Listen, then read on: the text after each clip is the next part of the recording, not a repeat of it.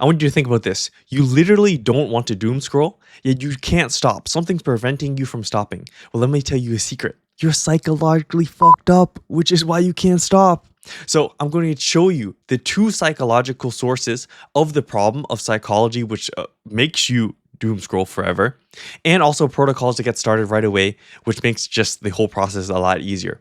But you might be thinking right now, how can this Chinese man here with a six-pack, no job, without a worry in the world, which made these gains here, could possibly help you stop doom scrolling? Again, I was able to get to this point, and also I know this problem quite deeply. If you don't believe me, let me describe this problem to you right now, this doom scrolling problem. Think about all your other distractions, video games, anime, that activity that you do that makes those smelly, moist tissues in your trash can. Unlike those, which at least give you a little bit of pleasure, doom scrolling doesn't even give you any pleasure. You just feel like absolute garbage after.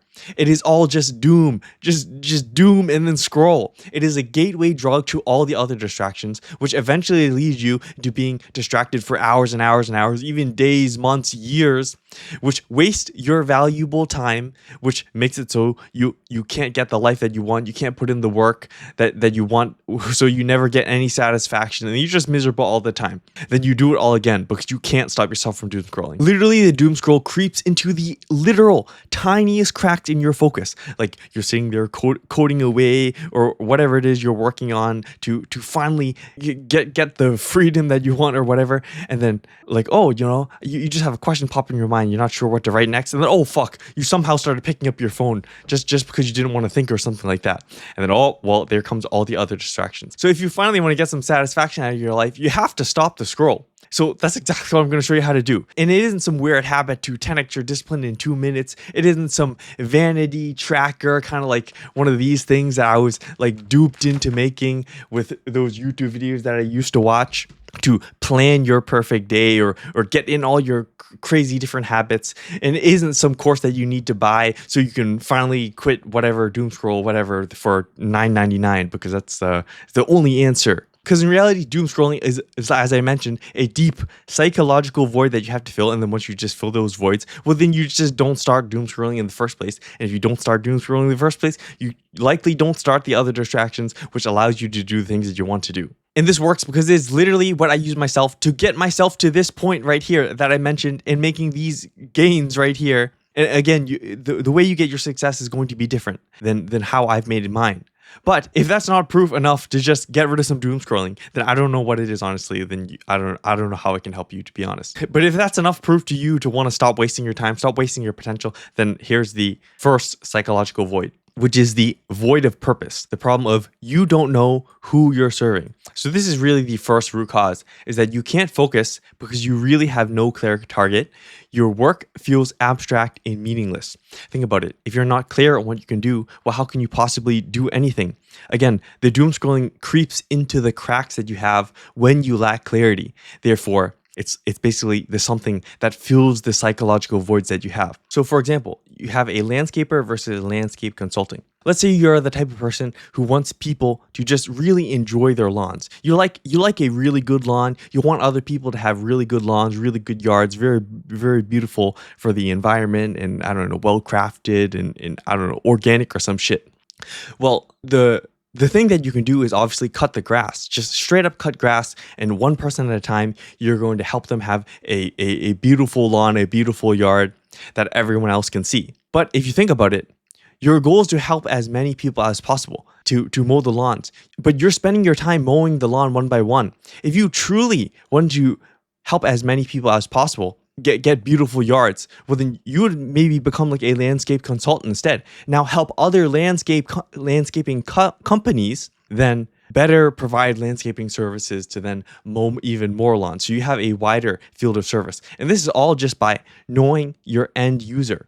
So you imagine their face, like who really are they and what do they want? They want a nice lawn. If that is what you want to give them, you want to give people nice lawns, you want to target people that would like nice yards, then all you have to do is say like, okay, what is the thing that I could do that could provide that widest effect? Again, like why would you waste time mowing the lawns to do it one by one when if you just as much enjoy or you actually enjoy more doing like a landscape consulting, which you because you can help more people, or you could maybe make a course for landscapers, or you can just start a company and hire people. So think about, what is their core demographics? What do they look like? What is their age? What is their occupation? How much money do they make? What can they afford?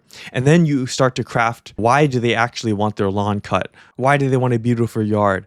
Like, did they grow up with a shitty yard or something like that? Then you think, what is the deep psychological why behind every single action that they take? Like, what actually makes them eventually pay for a lawn cut? Is because they just have no time? Is because their neighbor got their lawn cut? Is it because somebody in their family or their dog or something is getting ticks and fleas all the time, and they just need their grass cut in order to get rid of all of that? If you know your end user, the person that you want to serve, you don't have to think about a business model. You don't have to think about anything. You just think about what best matches the person that you want to serve the most, and then pretty much everything else falls into place.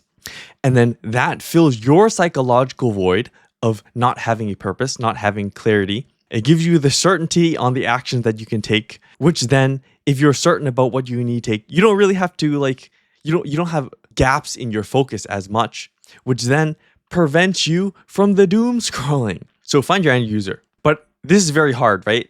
So I give you an alternative solution. Instead of just trying to figure this out alone, it's honestly one of the hardest questions you could probably try to answer. So you're probably just like guessing in the dark. So my offer to you is literally top link in the description, free email. You just fill out the thing, I review your problem, and I'll try to help you solve your specific problem that you told me. Top link in the description. It will save you time. That's the promise that I want to give you, totally free, if you want it and you're interested in that. But step 2, if you were just going to go into the next psychological void, is the void of energy. So you're psychologically drained of energy. You can't do anything else other than doom scroll. So you're just too fucking tired, basically. So step 2 is to fix that specific problem. Your brain isn't weak. It's actually, your brain's kind of trying to protect you, because when your energy is super low, let's say you work your job or whatever, and you're all burnt out, the doom scrolling is the only thing that it can do, because that's the only thing that has the energy to do, which still gets you like a little hit of something, a little bit of stimulus. So really, again, it isn't about discipline. If you try to push through burnout, you're just going to burn yourself out more. And if you try to avoid the doom scroll with discipline, it's probably just going to, again, burn yourself out more. So the application here is what I call the 2-pronged anti-scroll psychological protocol, which works with 2 triggers. So it makes things easier to get started. Again, as I mentioned, protocol to get started.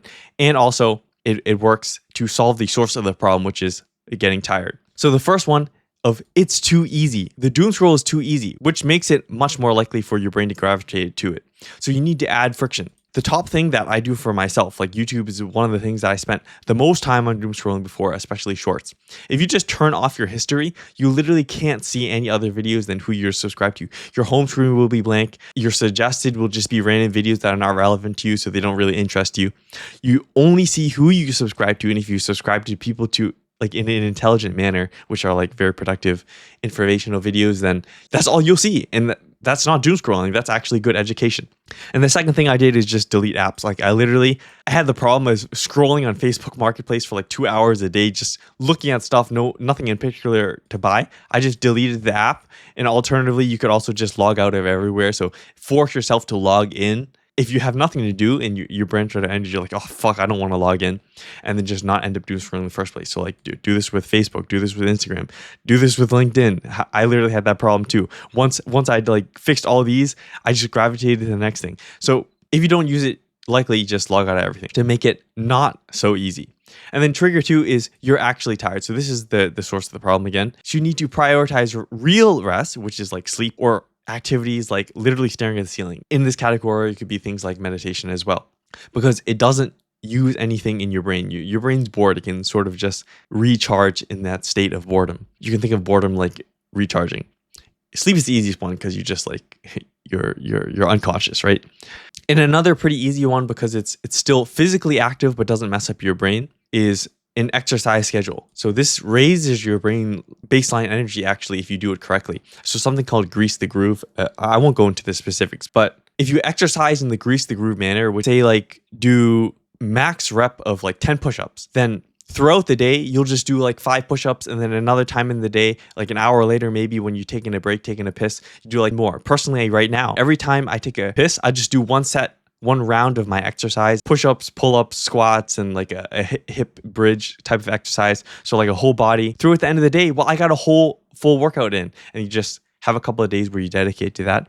This will actually energize you instead of if you just have it all in one pack. Like if you did it in the morning, for example, you can watch Andrew Huberman if you want the details. There's some like with Pavel Satsulin, he has talks about it a lot. But you're basically neurologically fatiguing yourself once you feel that burn, which then leads to being tired. Like you can test with your grip strength. The Athlete X channel talks about that a lot. If you're neurologically fatigued, it's just going to also start with the second trigger of you're actually tired, and then start you doom scrolling. So with these two triggers, you can solve the psychological problems in order to get started on stopping the scroll, and then use the first step that I used in order to have a backbone of activities that you can do to continuously just not scroll in the first place.